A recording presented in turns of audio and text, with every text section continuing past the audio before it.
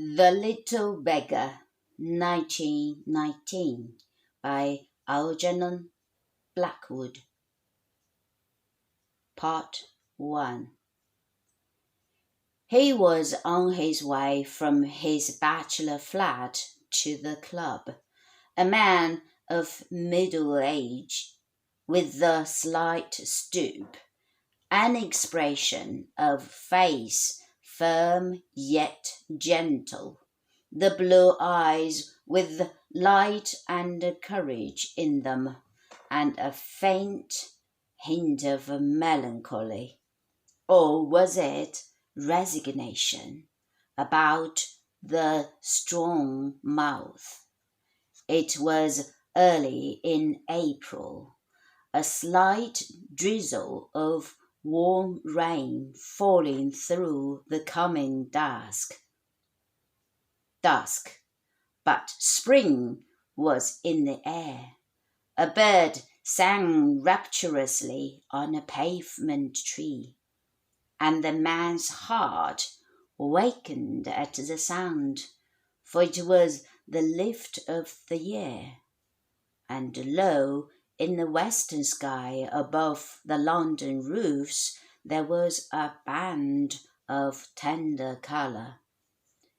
His way led him past one of the great terminal stations that open the gates of London seawards.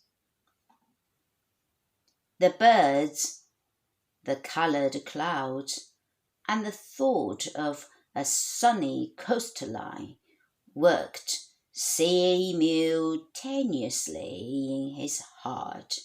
These messages of spring woke music in him.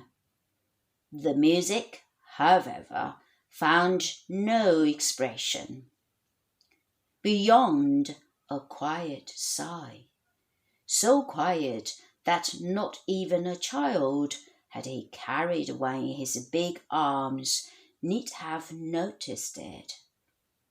His pace quickened. His figure straightened up. He lifted his eyes, and there was a new light in them. Upon the wet pavement, where the street lamps already laid their network of faint gold, he saw, perhaps a dozen yards in front of him, the figure of a little boy. The boy, for some reason, caught his attention and his interest vividly.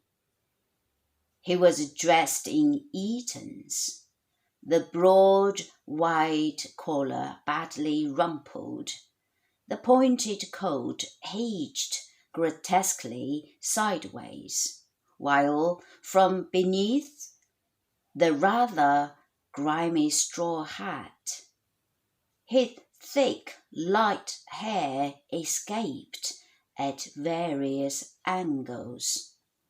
This general air of effort and distress was due to the fact that the little fellow was struggling with a bag packed evidently to bursting point, too big and heavy for him to manage for more than 10 yards at a time.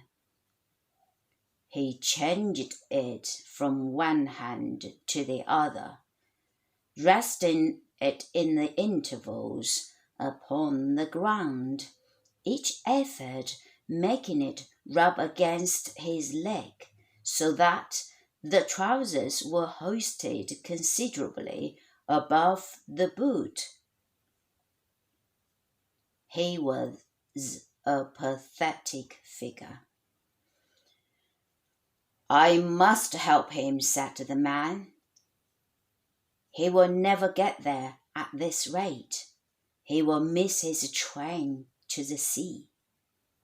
For his destination was obvious, since a pair of wooden spades was tied clumsily and insecurely to the straps of the bursting bag.